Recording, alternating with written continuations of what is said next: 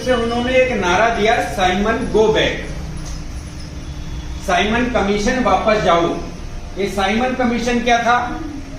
भारत में 1927 के अंदर अंग्रेजों द्वारा एक कानून लाया गया, साइमन कमीशन, साइमन आयोग, जो जॉन साइमन के नाम पर बनाया गया। ये कानून भारतीयों के लिए बहुत अत्याचारपूर्ण था, उनके ऊपर अत्याचार को बढ़ावा देने वाला था।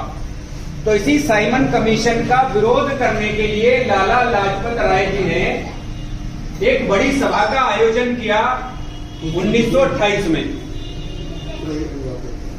1928 में जब उस सभा का आयोजन किया और वो उसका नेतृत्व कर रहे थे, तो उस समय अंग्रेजों ने बहुत ही अत्याचारपूर्ण तरीके से, बहुत बर्बर तरीके से लाठीचार्ज उस सभा के ऊपर किया, उस आंदोलन के ऊपर किया, और उसमें वहां सभी घायल हुए।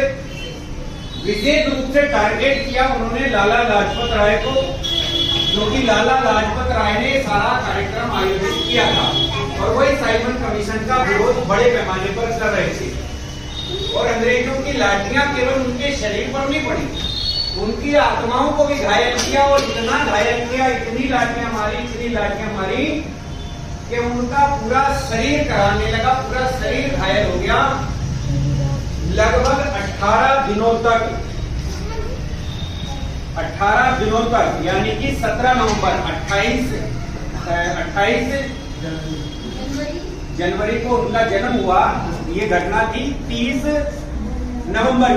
अक्टूबर की 30 अक्टूबर 1928 की ये घटना थी। और 30 अक्टूबर 1928 से लेकर 17 नवंबर 1928 तक लगातार वो 18 दिन तक इस मार से पीड़ित रहे, जिंदगी और मौत से जूझते रहे। अंततः 17 तारीख को उन्होंने अपने प्राणों का त्याग कर दिया, इस राष्ट्र के लिए बलिदान हो गए। साइमन कमीशन का विरोध करते करते उन्होंने अपने प्राणों की आहुति दे दी। और जिस समय अंग्रेजी सरकार, वो दुराचारी सरकार, अत्याचारी सरकार, निर्मम सरकार, जिस समय लाला लाजपत राय पर लाठियां भांज रही थी, उस समय लाला लाजपत राय जी ने कहा था उन पड़ती लाठियों के बीच में कि अंग्रेजों, ये तुम जो मेरे ऊपर लाठियां बरसा रहे हो ना, ये अंग्रेजी सरकार के ताबूत में एक एक कील का काम करने वाली है। और मित्रों, उसका परिणाम भी यही हुआ कि आने वाले कुछ वर्षों के अंदर इस भारत में क्रांति की एक ऐसी ज्वाला भड़की, एक ऐसी अग्नि भड़की कि अंग्रेजों को भारत छोड़कर जाना पड़ा। और अंततः 15 अगस्त 1947 को ये देश आजाद।